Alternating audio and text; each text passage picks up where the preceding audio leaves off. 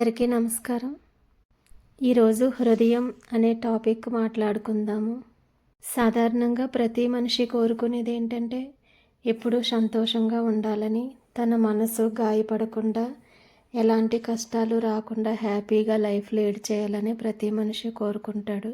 ఏవైనా sad things ఏవైనా బాధాకరమైన విషయాలు ఏమైనా జరిగినప్పుడు సాధారణంగా నా మనసు బాగోలేదు అని వాడుతూ ఉంటారు. అంటే హృదయం గురించే మాట్లాడతారు, కానీ వాడుక భాషలో నా మనసు బాగోలేదని చెప్పడం జరుగుతుంది. అయితే ఆధ్యాత్మిక జీవితానికి వచ్చేసరికి సాధనా బలం బాగా ఉన్నవాళ్ళు, సాధన బాగా చేసేవాళ్ళు చాలా వరకు మనసును తన కంట్రోల్లో పెట్టుకోగలుగుతారు. కానీ నార్మల్ పీపుల్ దగ్గరకు వచ్చేసరికి మనసే మనిషిని కంట్రోల్లో పెట్టుకోవడం జరుగుతుంది. అయితే ప్రయత్నం ఉంటే కానిది లేదు అనేసి సాధనమున పనులు సమకూరు ధరలో అన్నట్లు మనం ప్రయత్నపూర్వకంగా కూడా కొన్ని విషయాలు మనం జయించగలుగుతాము.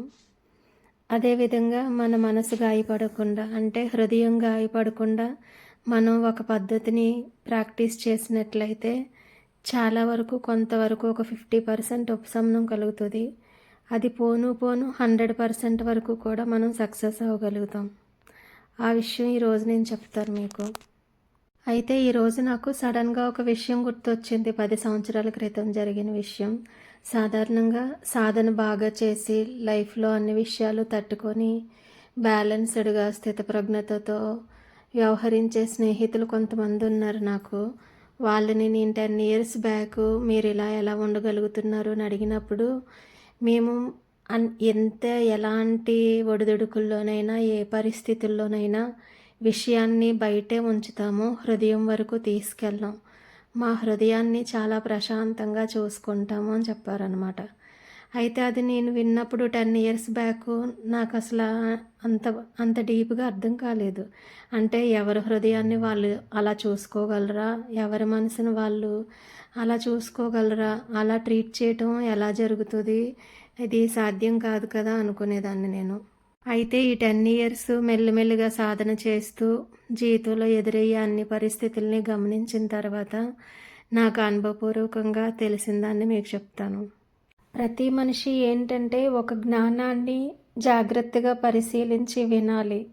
విన్న తర్వాత అందులో ఎంత వాస్తవం ఉంది అని ఆలోచించాలి. ఆలోచించిన తర్వాత అది మనకి ఆచరణ యోగ్యమేనా కాదా అని అనుకొని, ఆచరణ యోగ్యంగా అనిపిస్తే మీరున్న పరిస్థితికి అప్పుడు ఖచ్చితంగా మీరు ప్రయత్నం చేయాలి. అలా ప్రయత్నం చేసినప్పుడు మీరు 100% నెమ్మదిగా సక్సెస్ అవుతారు. అయితే ప్రతి మనిషి కూడా తనని తానే చాలా జాగ్రత్తగా సంరక్షించుకోవాలి. ఎలా సంరక్షించుకోవాలి అంటే, ఇప్పుడు మనం ఒక పువ్వుల్ని ఎలా పట్టుకుంటాము, అది చాలా సున్నితమైన వస్తువు. అంటే ఫ్లవర్స్ చాలా సున్నితంగా ఉంటాయి, పట్టుకుంటే నలిగిపోతాయి కదా. వాటిని చాలా జాగ్రత్తగా పట్టుకుంటాం చేతులతో పట్టుకున్నప్పుడు. అదేవిధంగా పసిపిల్లల్ని పట్టుకున్నప్పుడు కూడా వాళ్ళు ఎక్కడ నలిగిపోతారో అని చెప్పేసి చాలా జాగ్రత్తగా కేర్ఫుల్గా మనం హ్యాండిల్ చేస్తాం. అలాగే మన హృదయం దగ్గరకు వచ్చేసరికి, మన మనసు దగ్గరకు వచ్చేసరికి కూడా మనందరం కూడా ఫస్ట్ నిర్ణయించుకోవాల్సింది ఏంటంటే, లైఫ్లో జరిగే ప్రతి విషయాల పట్ల మనకి ఎంతో కొంత అవగాహన ఉంది. ఇప్పుడు ఈ ఫాస్ట్ జనరేషన్లో ఏ విషయం ఎలా జరుగుతుంది, ఏంటి పరిస్థితులు, ఏంటి కష్టాలేంటి, సుఖాలేంటి అన్న నాలెడ్జ్ మ్యాక్సిమం అందరికీ కూడా ఇప్పుడున్న మీడియా వల్ల కావచ్చు, ఇంకా వేరే విషయాల వల్ల కావచ్చు, చాలా వరకు విని తెలుసుకుంటున్నాము, కొంతేమో అనుభవపూర్వకంగా తెలుసుకుంటున్నాము. అయితే మనం ప్రతి విషయం మన దగ్గరికి వచ్చేసరికి ఏంటంటే, బయట అసలు ప్రకృతిలో జరిగే కార్యక్రమాలు, అంటే వర్షాకాలం, ఎండాకాలం, అంటే తీవ్రమైన తుఫాన్లు రానివ్వండి, పంటలు నష్టపోనివ్వండి, ఆహారం దొరకకపోవటము, కాలుష్యం పెరిగిపోవటము, నెక్స్ట్ ఈ కరోనా, ఇలాగా ప్రకృతిలో ఎన్ని వైపరీత్యాలు జరిగినా కూడా ఒక్కరోజు దానిని గమనిస్తున్నాము, 2 రోజులు దానిని గమనిస్తున్నాము, 3వ రోజుకి ఏంటి, దానిని తట్టుకోవడానికి మన శరీరాన్ని ఎలా సిద్ధం చేసుకోవాలి, వ్యాధి నిరోధక శక్తిని ఎలా పెంచుకోవాలి, అంటే ప్రకృతిలో జరిగే వాటిని ప్రకృతి మీద మనం కంట్రోల్ తెచ్చుకోలేము. ప్రకృతి కంట్రోల్‌లో మనం ఉన్నాం. కాబట్టి మనల్ని ఎలాగా ప్రకృతికి ఒదిగి ఉండాలి అని ఆలోచించేసి ఒక టైమ్ టేబుల్ ప్రిపేర్ చేసుకొని ప్రతి పరిస్థితిని కూడా మనం ఎదుర్కొంటున్నాం. ఇప్పుడు ఎంత తీవ్రంగా ఎండలున్నాయి, వడగాల్పులొస్తాయి. తర్వాత వర్షాకాలం వస్తుంది. అలాగే విపరీతమైన చలి వస్తుంది. ఆ ప్రకృతిని దేనిని కూడా మనం మార్చలేము. దానికి అనుకూలంగా మనం మారిపోయి మనం వాటినన్నిటిని కూడా సరిపెట్టుకొని జీవిస్తున్నాం కదా! అంటే ఇది లోతుగా ఆలోచిస్తే ఎంత పెద్ద విషయం కదా! అలాంటి పెద్ద పెద్ద విషయాలని మనం ఎలా హ్యాండిల్ చేయగలం నేర్చుకుంటున్నాం. అలాగే ఈ ప్రపంచంలో కూడా చాలా విషయాలు నేర్చుకుంటున్నాము. చాలా అభివృద్ధి సాధిస్తున్నాం.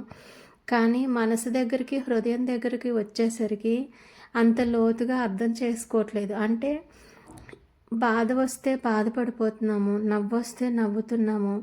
దాని నుంచి మైండ్ డైవర్ట్ చేసుకోవటానికి ఎవరో ఒకరితోటి చెప్పుకొని కాసేపు ఓదార్పు పొందేసి దాని నుంచి బయటపడిపోతున్నాం. అంతేకాని ఇంకంతకంటే లోతుల్లోకి వెళ్ళి దానిని ఎలా హ్యాండిల్ చేయాలి, అసలు ముందే ఎరుకుతోటి హృదయాన్ని గాయపరుచుకోకుండా, మనసుని బాధ పెట్టుకోకుండా ఎలా ఉండాలి అని ఒక అడుగు ముందుకేసి లోతుగా ఆలోచించటం లేదు. మనము అందమైన పువ్వుల మొక్కల్ని పెంచేటప్పుడు వాటిని ఎంతో సున్నితంగా చూస్తాం.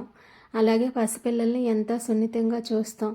అలాగే మన మనసుని, హృదయాన్ని కూడా గాయపరుచుకోకుండా ఎదుటి వాళ్ళు మనల్ని బాధ పెట్టే విధంగా ప్రవర్తించినప్పుడు దాని బారిన పడకుండా మన మనసునైనా, మన హృదయాన్నైనా సరే మనమే ఒక కవచంలాగుండి కాపాడుకోవాలి. ఏ మనిషి అయినా సరే తన లోపల, హృదయం లోపల జరిగేది బయట ఎవ్వరూ మార్పు చేయలేరు. మనకి మనంగా ఒక దృఢమైన క్రమశిక్షణతోటి, జ్ఞాపక శక్తితోటి, సంకల్ప బలాన్ని ఉపయోగించి మనకు మనమే మారాలి. దానికి మన వంతు ప్రయత్నం మన వైపు నుండే మొదట జరగాలి.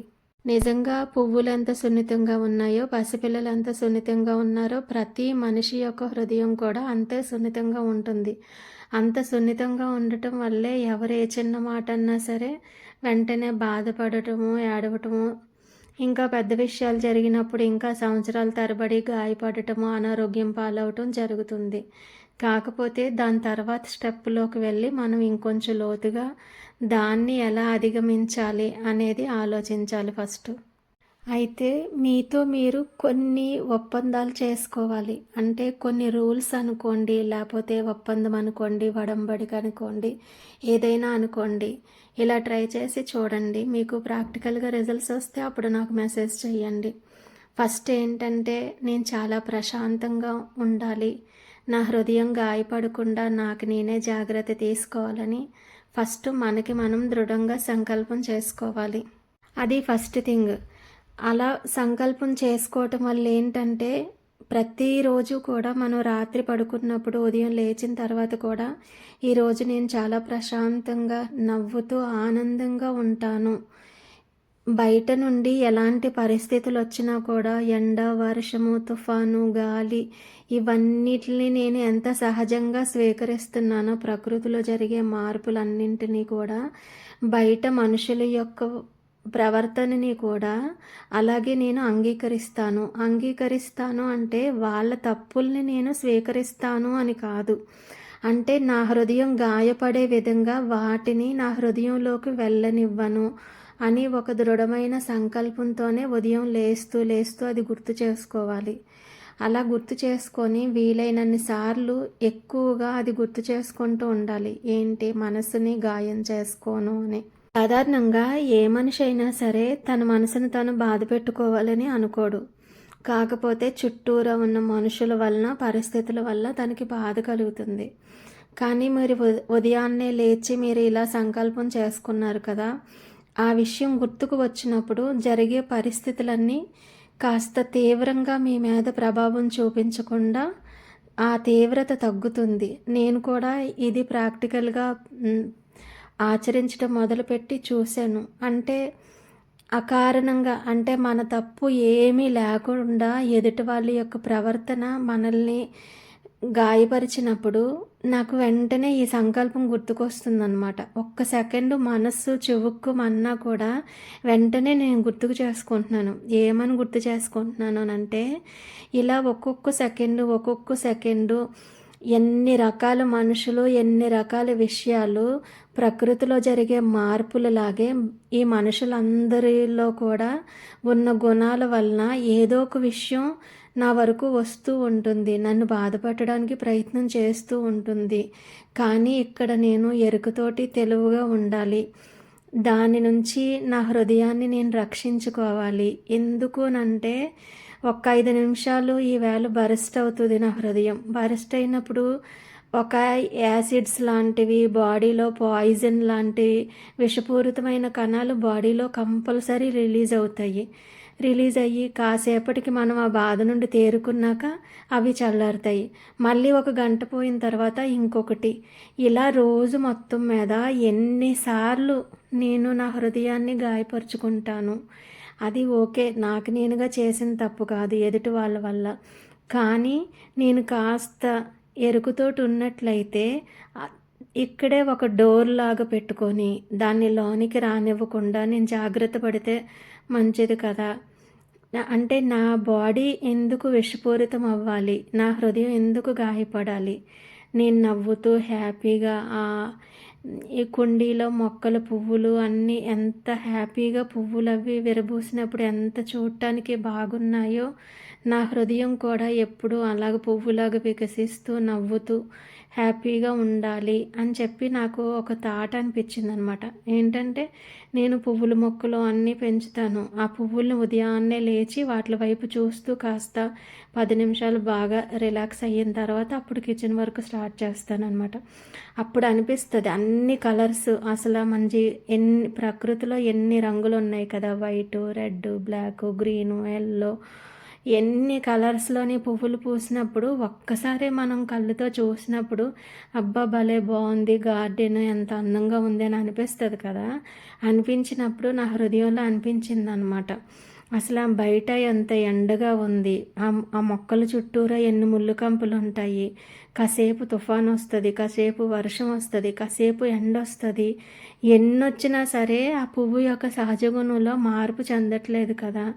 నా హృదయం కూడా అలా పువ్వులాగే వికసించుతూ ఉండాలి అని అలా ఒక థాట్ లాగా వచ్చిందనమాట. అది ఆత్మ చెప్పింది, మనసు చెప్పిందా, బుద్ధి చెప్పిందా అని వాదనకి నేను వెళ్ళను. కానీ ఆ థాట్ వచ్చినప్పుడు 10 సంవత్సరాల క్రితం నాతో మాట్లాడిన వాళ్ళు అన్న మాట కూడా గుర్తుకొచ్చింది. ఏంటి ఆ మాట?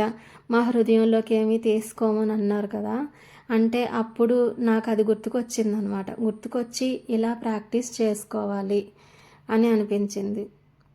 నేను ఒక సంవత్సరం నుంచి ఒక వాక్యాన్ని బాగా గుర్తు చేసుకుంటున్నాను. ఏంటంటే ఏదైనా పరిస్థితి కానీ విషయం కానీ జరిగినప్పుడు వెంటనే గమనికి తెచ్చుకుంటాను. నేను గమనికి తెచ్చుకొని కళ్ళు మూసుకొని నా బాడీలో ఏం జరుగుతుంది అని గమనిస్తానన్నమాట.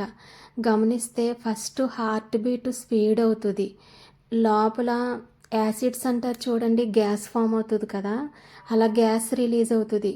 తర్వాత తలలో ఉన్న నెర్వ్ సిస్టమ్ అంతా అప్పటి వరకు కామ్గా ఉన్న బ్లడ్ సర్క్యులేషన్ ఒక్కసారే తలలోని నరాలన్నీ స్పీడ్గా కొట్టుకోవడం తెలుస్తుంది.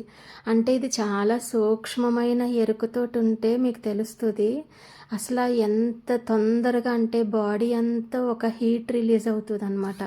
అప్పుడు నాకు భయం వేసింది. అసలు అంటే మనకి బాధ కలగగానే, ఎమోషన్ అవ్వగానే, కోపం రాగానే అసలు మన బాడీలో ప్రతి అణువు కూడా ఎలా స్పందిస్తుందో నిజంగా ఒక టీవీ స్క్రీన్ మీద చూసినట్టు నేను అది ఫీల్ అవ్వానమాట. చాలా సూక్ష్మంగా నాకు ఆ లోపలికి వెళ్ళి నేను చూసుకోగలిగాను. చూసుకున్నప్పుడు నాకు అప్పుడు అర్థమైంది, ఎక్కువగా చాలా క్లాసెస్లోని పాయిజన్ సెల్స్ రిలీజ్ అవుతాయి అని అంటారు కదా, ఇదేనేమో అనిపించింది అనమాట. అనిపించిన తర్వాత మరి దీనికి పరిష్కారం ఏంటి?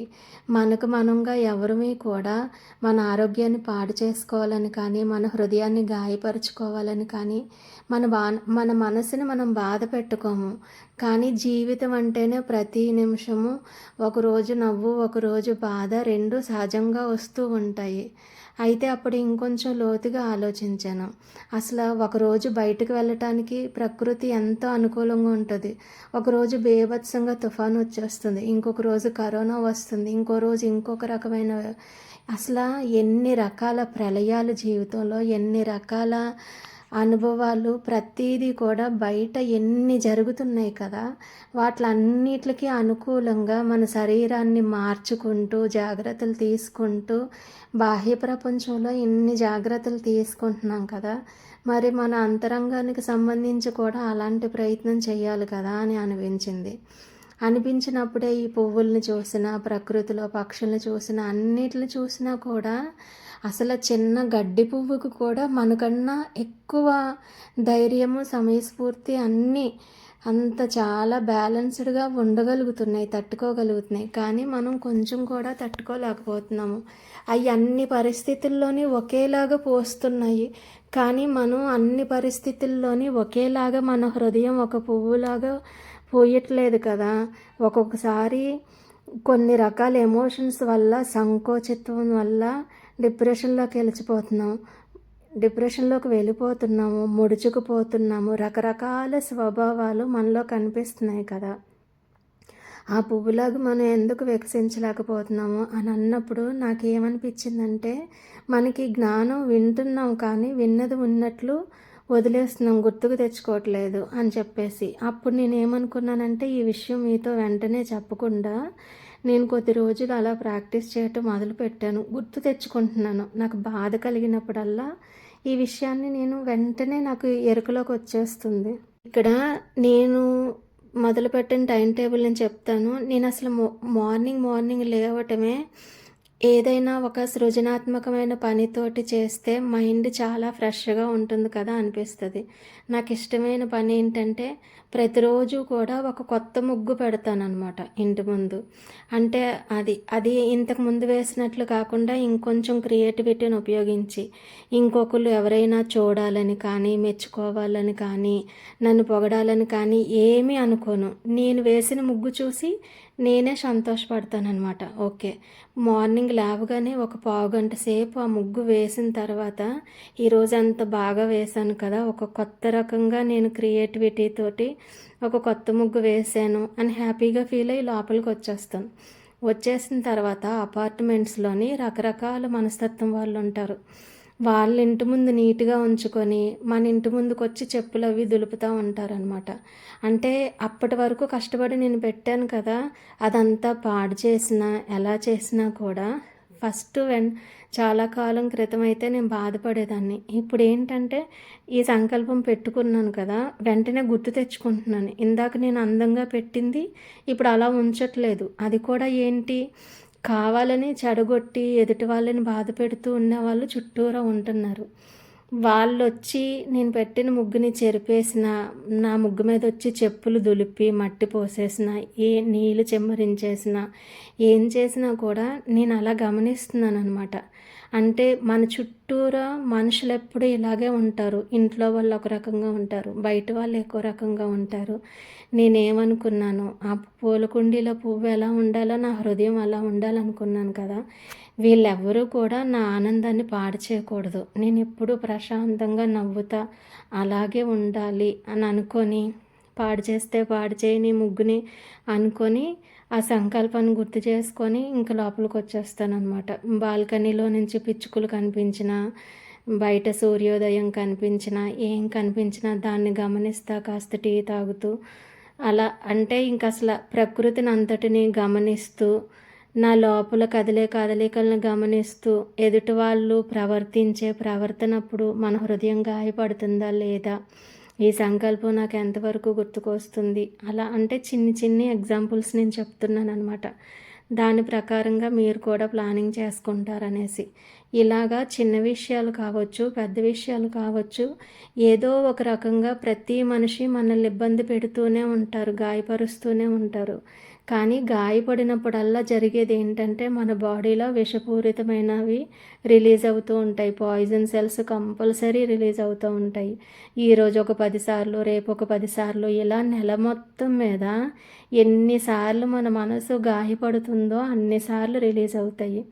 అవే దీర్ఘకాలికంగా జబ్బుల కింద తర్వాత మనకి మొదలవుతాయి అన్నమాట.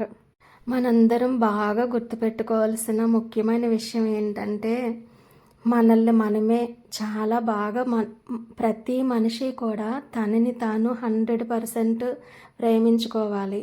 తనని తాను క్షేమంగా చూసుకోవాలి. అంటే ఒక పువ్వులాగా, ఒక పసిపిల్లలాగా మీ హృదయం గాయపడకుండా, చుట్టూరా ఎన్ని మార్పులు వస్తున్నా కూడా స్పందించకుండా ఉండేలాగా ప్రయత్నపూర్వకంగా సంకల్ప బలంతో పదే పదే ఆ విషయాన్ని గుర్తు చేసుకుంటూ, నేను ఇంత చిన్న విషయానికి స్పందించానంటే నా శరీరం విషపూరితం అయిపోతుంది. ఈ ఒక్క వాక్యము గుర్తుపెట్టుకుంటే చాలాసార్లు మనం స్పందించకుండా ఆగగలుగుతాము. నేను ప్రాక్టికల్గా చూశాను. చిన్న చిన్న విషయాలకి ఆగగలుగుతాం. పెద్ద పెద్ద విషయాలకి ఇలా జస్ట్ స్టార్ట్ అయిన తర్వాత మన మైండ్లో కోపము వెంటనే ఈ విషయం కనుక గుర్తుకొస్తే ఆ తీవ్రత తగ్గుతుంది. మొదటిలో తీవ్రత తగ్గుతుంది. మెల్లమెల్లగా 2-3 సంవత్సరాలు గడిచిన తర్వాత అసలు కోపం రాకముందే, బాధ రాకముందే మనకి ఎరుక వచ్చేస్తుంది. ఏంటి, నేను నా హృదయాన్ని ప్రశాంతంగా ఉంచుకోవాలి. ఒక పువ్వు ఎలా పూస్తే ఎంత అందంగా ఉంటుందో ఎప్పుడు నవ్వుతూ సంతోషంగా నేను ఉండాలి. ఏ మనిషి వచ్చి కూడా నాకు సంతోషాన్ని ఇవ్వలేడు. ఏ మనిషి వచ్చి కూడా నన్ను గాయపరచలేడు. నాకు నేనే చేసుకోవాలి. నన్ను నేనే పూర్తిగా మార్చుకోవాలి. నిజంగా ఏ మనిషి వచ్చి కూడా మనలో మార్పు తీసుకురాలేడు. మనమే మనల్ని ప్రేమపూర్వకంగా చాలా జాగ్రత్తగా మన హృదయాన్ని ఒక కవచంలాగా కాపాడుకోవాలి. చాలామంది తరచూ మాట్లాడే మాట ఏంటంటే, నేను నా కోసం బ్రతకట్లేదు, నా కుటుంబ సభ్యుల కోసం బ్రతుకుతున్నా, ఎదుటి వాళ్ళ కోసం బ్రతుకుతున్నాను అంటారు. కాదండి, నిజంగా ఎదుటి వాళ్ళ కోసమే బ్రతుకుతున్నట్లయితే మనకి ఒక్కసారి కూడా బాధ కలగదు. ఇప్పుడు పదే పదే మనకి బాధ ఎప్పుడు కలుగుతుంది తెలుసా? మనల్ని మనం విపరీతంగా ప్రేమించుకున్నప్పుడే. ఇప్పుడు ఒక మనిషి వచ్చి ఒక మాట తిట్టినా, మనల్ని కొట్టినా మనకి ఎందుకు బాధ కలుగుతుంది? నన్ను అన్నాడు, నన్ను తిట్టాడు, నన్ను గాయపరిచాడు అని అనుకుంటాం. అక్కడ మన మనసు ఎందుకు గాయపడుతుంది? మనల్ని మనం ఎక్కువగా ప్రేమించుకుంటున్నాం అన్నమాట.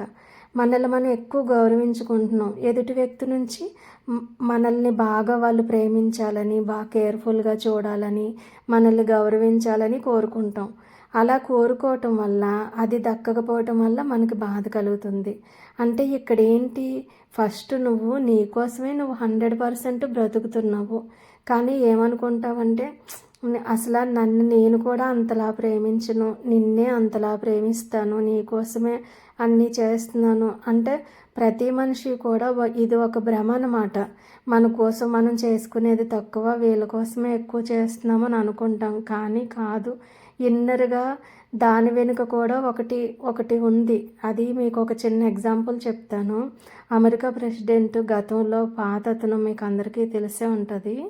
అమెరికా ప్రెసిడెంట్ అబ్రహం లింకన్ అన్న అతను ఒకసారి న్యూస్ రీడర్స్ అందరూ అతను ఇంటర్వ్యూ చేసినప్పుడు ఒక మాట చెప్తాడనమాట. అది నాకు చాలా బాగా నచ్చింది, మీకు కూడా చెప్తాను. ఏంటంటే, ఒకసారి ఒక పెద్ద గొయ్యలోని ఒక పెద్ద గుంట ఉంటుంది. దాని నిండా మురికి కాలువ అనమాట. అది మురికితో నిండిపోయి ఉంటుంది, డ్రైనేజ్ లాగా. అందులో ఒక పెద్ద పంది పడిపోతుంది. పంది పడిపోతే అది చాలా బరువుగా ఉండటం వల్ల అది అసలు గుంటలో నుంచి బయటకు రాలేకపోతుంది అనమాట. ఇతను అమెరికా ప్రెసిడెంట్ కదా, ఇతను ఒక సూటు బూటు వేసుకొని చాలా నీట్గా తయారయ్యి ఉంటాడు. ఎందుకో తెలియదు కానీ వాకింగ్కి వెళ్ళాడో మరేంటో కానీ అతని కంట్లో పడుతుంది ఆ గుంటలో పడిపోయిన పంది. అయితే అందరూ చుట్టూరా చేరి చూస్తూ ఉంటారు, కానీ వాళ్ళకి బురద అంటుకుపోతుందని వాళ్ళెవరూ కూడా ఆ పందిని ఆ గుంటలో నుంచి బయటికి తీయటానికి ప్రయత్నం చెయ్యరు. ఏదో తాళ్ళు అయ్యి వేసి లాగుతారు, కానీ ఎవరు అందులోకి దూకి సాహసం చేయరనమాట. అయితే ఇతను బట్టలు పాడైపోతాయని కూడా అనుకోకుండా ఆ గుంటలో దూకేసి అతని చేతులు పెట్టి మ్యాక్సిమం ట్రై చేసి ఆ పందిని పైకెత్తి బయట వాళ్ళు తాళ్ళేసి లాగినప్పుడు ఇతను కూడా చాలా సాహసం చేసి ఆ పందిని గుంటలో నుంచి బయటకు తీసి కాపాడుతాడు. కాపాడితే అందరూ అతని పేరు పేపర్లో వేసి మీరు చాలా గ్రేట్ అండి, అసలు ఇలా ఎవరు చేయగలరు, అసలు మీరు ఎదుటి వ్యక్తి కోసమే జీవిస్తున్నారు, మీకోసం మీరు జీవించట్లేదని అంటారు. అంటే అతను పక్కపక్క చాలా గట్టిగా నవ్వుతాడనమాట. నవ్వి ఎంతో మంచి విషయము ఒక జ్ఞానాన్ని చెప్తాడు. చెప్తే ఏంటి చెప్తాడంటే, నేను కూడా మీ అందరిలాగే బురద అయిపోతుంది అని నా బట్టలకి అని ఆలోచించి ఇంటికి వెళ్ళిపోయానే అనుకోండి. ఇంటికి వెళ్ళిపోయిన తర్వాత నేను ప్రశాంతంగా ఉండలేను. నా మనస్తత్వం ఏంటంటే, అయ్యో ఒక జీవి అందులో పడిపోయి గిలగిలా కొట్టుకుంటుంది కదా, నేను కాపాడు ఉండాల్సింది అని పదే నా మనసు నన్ను చిత్రవద చేస్తుంది. ఆ చిత్రవద చేసినప్పుడు అసలు ఇంకా రోజంతా నేను మనస్తాపానికి గురి అవుతాను, అసలు ప్రశాంతతను కోల్పోతాను. అయితే ఇక్కడ చేయాల్సింది ఏంటి, నేను ప్రశాంతంగా ఉండాలంటే ఆ పందిని కాపాడాలి. ఇక్కడ నా స్వార్థం ఉంది. ఏంటంటే నా హృదయాన్ని నేను ప్రశాంతంగా ఉంచుకోవాలనుకుంటున్నాను, నా మనసుని నేను ప్రశాంతంగా ఉంచుకోవాలనుకుంటున్నాను. ఇక్కడ పందిని బయటకు కాపాడడంలో ఉన్నది ఏంటంటే అంతరార్థం, నా మనసు నన్ను చిత్రహింస చేస్తుంది ఆ పని చేయకపోతే. దానిని నేను ప్రశాంతంగా ఉంచటం కోసం, అంటే ఇక్కడ ఎవరి కోసం, నా కోసమే నేను చేశాను. దాని వెనుక కూడా నా ప్రశాంతతే కారణం. అంతేకాని ఏదో దాన్ని కాపాడాలి, నలుగురిలోని నోటెడ్ అవ్వాలని కానీ నేను చెయ్యలేదు. మూల అర్థం ఏంటంటే, నా మనసు ప్రశాంతంగా ఉంచుకోవాలంటే నేను దాన్ని కాపాడి తీరాలి అని చెప్తాడనమాట. ఇందులో ఎంతో లోతైన జ్ఞానం ఉంది. ప్రతి మనిషి కూడా నేను దీనికోసం చేశాను, దానికోసం చేశాను, ఈ త్యాగం చేయిస్తున్నాను అని అనుకుంటారు. కానీ దాని వెనుకున్న అంతరార్థం ఏంటంటే, సహజసిద్ధంగా వాళ్ళ మనసు యొక్క తీరు అలా ఉంటుంది. అలా చెయ్యకపోతే వాళ్ళు ప్రశాంతంగా ఉండలేరు. ఒక బిడ్డకి ఆస్తి పోగేసిస్తాడు తండ్రి, నేను తనకి ఎంతో చేశానని అనుకుంటాడు. కాదు, ఏంటంటే మిగిలిన వాళ్ళందరిలాగా నా కొడుకు బాగుండాలి, నా కొడుకుని ఈ రేంజ్లో చూడాలి, నా కొడుకుకి ఏ కష్టం కలగకూడదు. ఆ అన్నిట్ల వెనుక ఏంటంటే, తన కొడుకు బాగుంటే తన మనసు హాయిగా ఉంటుంది, తన మనసు హాయిగా ఉంటే తాను ప్రశాంతంగా ఉంటాడు. దాని వెనుక మూలార్థం ఏంటి, తనను తాను ప్రశాంతంగా ఉంచుకోవటం అన్నమాట. ప్రతిదానిలో కూడా బయటకు కనిపించే భావం ఒకలా ఉంటుంది, లోపల అర్థం ఒకలా ఉంటుంది. ప్రతి మనిషి కూడా తన మానసిక ప్రశాంతత కోసం, తన హృదయాన్ని ప్రశాంతంగా ఉంచుకోవటం కోసం, ఆనందంగా జీవించటం కోసమే ప్రయత్నం చేస్తాడు. ప్రతి మనిషి, ప్రతి జీవి, ఆఖరికి వేరే జీవులు కూడా అన్నీ కూడా తనను తాను ప్రశాంతంగా ఉంచుకోవాలని అనుకుంటాడు. కాకపోతే బయట ప్రపంచంలో జరుగుతున్నంత అభివృద్ధి అంతరంగ ప్రపంచంకి వచ్చేసరికి జరగట్లేదు. ఏంటంటే విన్న జ్ఞానాన్ని అప్లై చేసుకోవట్లేదు అనమాట.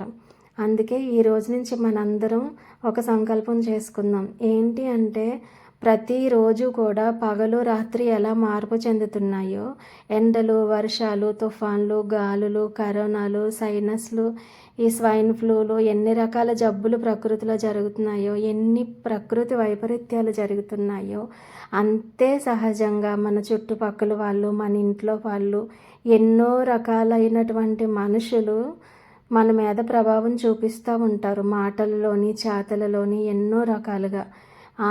ఇవన్నీ ఎంత సహజంగా తీసుకుంటున్నాం. ఎండ బాగా ఉన్నప్పుడు పలచటి దుస్తులు ధరిస్తాం, చలి బాగా ఉన్నప్పుడు దళసరి దుస్తులు ధరిస్తాం, వర్షం పడుతున్నప్పుడు గొడుగు వేసుకొని వెళ్తాం. ఏం చేయాలో మనకు తెలిసిపోయింది, ఒక క్లారిటీ వచ్చింది. ఆ ప్రకృతికి అనుకూలంగా మనం నడుచుకొని వెళ్ళిపోతున్నాం.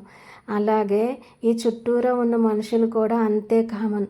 ప్రతి సెకండు రాళ్ళతోటి దాడి చేస్తూ ఉంటారు. మనల్ని ప్రేమించే వాళ్ళు పువ్వులు విసురుతారు, మనల్ని ద్వేషించే వాళ్ళు రాళ్ళు విసురుతారు. వీళ్ళు కొద్ది రోజులకు మాయమైపోతారు, వాళ్ళు కొద్ది రోజులకి మాయమైపోతారు. కానీ ఎప్పటికీ మనతో మనమే ఉంటాం చివరి వరకు. ప్రయాణంలో ఎంతమంది వస్తూ వెళ్ళిపోతుంటారు, కానీ చివరి మజిలీ నీతో నువ్వే కదా, చివరి వరకు ఉండేది నీతో నువ్వే. కాబట్టి నీ మనసు, నీ హృదయం నీతోటి ఎప్పుడూ ఉంటాయి. దానిని ప్రశాంతంగా ఉంచుకుంటే నీకు అనారోగ్యం రాదు. సాధనా బలం పెరిగే కొద్దీ యాక్చువల్గా అది ఎలాగో జరుగుతుంది, కానీ ఈలోపు ప్రయత్నపూర్వకంగా కూడా చేయొచ్చు కదా. ఇలాగా మనం ఒక్క విషయం గుర్తుంచుకుంటే, మన బాడీలో పాయిజన్ సెల్స్ రిలీజ్ అవుతున్నాయి.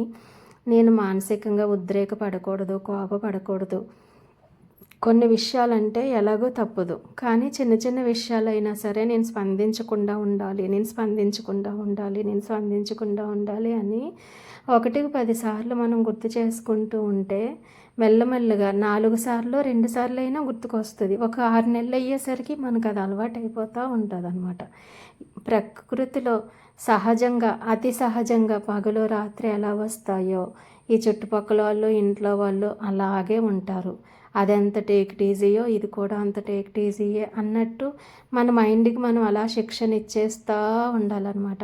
మనం శిక్షణ ఇస్తే ఖచ్చితంగా అది కొంచెం కొంచెంగా మన మాట వింటుంది. అందరికీ అర్థమయ్యింది అనుకుంటాను. చూడండి, ట్రై చేసి. నాకైతే రిజల్ట్ కనిపించింది. ఓకే. అరుణాచల శివ, అరుణాచల శివ, అరుణాచల శివ.